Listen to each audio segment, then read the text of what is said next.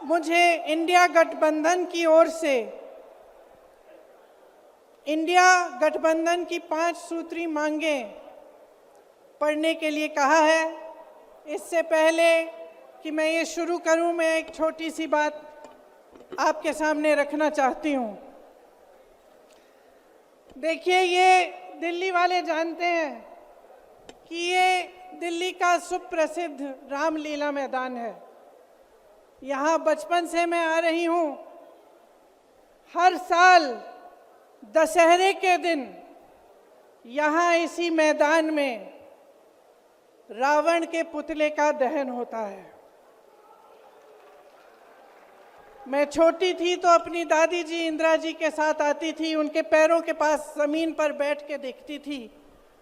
उन्होंने हमारे देश की ये प्राचीन, हजारों वर्ष प्राचीन गाथा जो रामायण है, भगवान राम जी की जीवन गाथा मुझे सुनाई। आज जो सत्ता में है वे अपने आप को राम भक्त कहलाते हैं। इसीलिए यहाँ बैठे हुए मेरे मन में ये बात आई कि उनको इस संदर्भ में कुछ कहना चाहिए। मुझे लगता है कि वे कर्मकांड में उलझ गए हैं। मुझे लगता है कि वे दिखावे में लिप्त हो चुके हैं।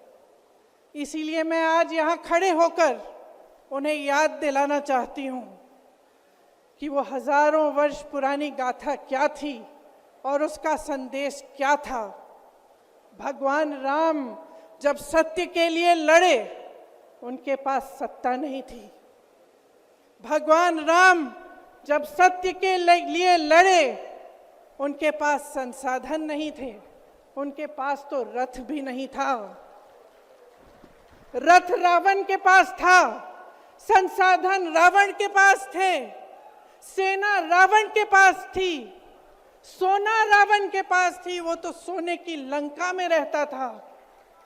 भगवान राम के पास सत्य था, आशा थी, आस्था थी, प्रेम था, परोपकार था, विनय था, धीरज था, साहस था और भगवान राम के पास सत्य था।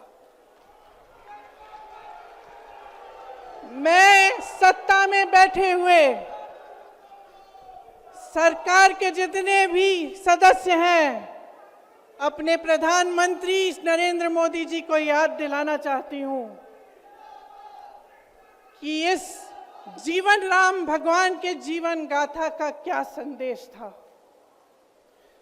सत्ता सदैव नहीं रहती, सदैव नहीं रहती सत्ता। सत्ता आती है, जाती है, अहंकार चूर चूर होता है एक दिन।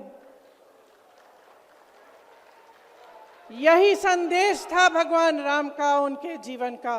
और आज यहाँ रामलीला मैदान पर खड़े हुए इंडिया गठबंधन की 5 मांगों को पढ़ने से पहले मुझे ये उचित लगा कि मैं ये संदेश एक बार फिर दोहराऊं।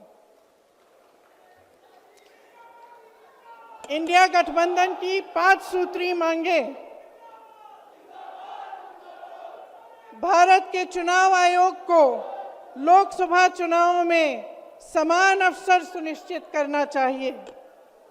दूसरी मांग, चुनाव आयोग को चुनाव में हेराफेरी करने के उद्देश्य से विपक्षी राजनीतिक दलों के खिलाफ इनकम टैक्स, ईडी और सीबीआई द्वारा की जाने वाली बलपूर्वक कार्रवाई को रोकना चाहिए। तीसरी मांग, श्री हेमंत सोरेन एवं श्री अरविंद केजरीवाल जी की तत्काल रिहाई की जाए। चौथी मांग, चुनाव के दौरान विपक्ष के राजनीतिक दलों का आर्थिक रूप से गला घोंटने की जबरन कार्रवाई तुरंत बंद होनी चाहिए। पांचवी मांग, चुनावी बांड का उपयोग करके बीजेपी द्वारा बदले की भावना, जबरन वसूली और धन शोधन के आरोपों की जांच के लिए सुप्रीम कोर्ट की निगरानी में एक एसआईटी गठित हो जानी चाहिए।